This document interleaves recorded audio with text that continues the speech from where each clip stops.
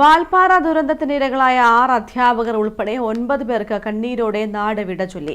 Malappuram Pang government higher secondary school മൈതാനത്ത് നടന്ന പൊതുദർശനത്തിൽ പ്രിയപ്പെട്ടവരെ അവസാനമായി ഒരു നോക്കു കാണാനായി ആയിരങ്ങൾ ഒഴുകിയെത്തി. വാൽപ്പാറ വാഹന ദുരന്തത്തിൽ മരിച്ച 9 പേർക്കും നാട് കണ്ണീരോടെ വിട നൽകി.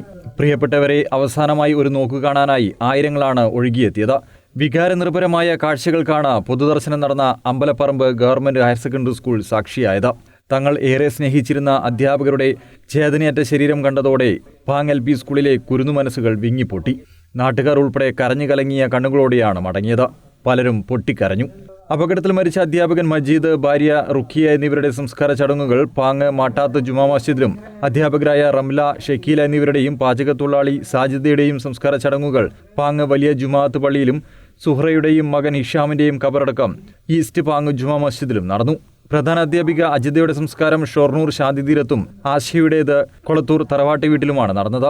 വാൽപ്പാറ ചുരത്തിലെ 13ാം ഹെയർപിൻ വളവിൽ ട്രാവലർ വാൻ നിയന്ത്രണം വിട്ട് താഴ്ചയിലേക്ക് മറിഞ്ഞാണ് 9 പേർക്കും ദാരുണാന്ത്യം സംഭവിച്ചത്. അപകടത്തിൽ പരിക്കേറ്റ 3 പേരുടെ നില ഗുരുതരമായി തുടരുകയാണ്. News desk Kannur vision.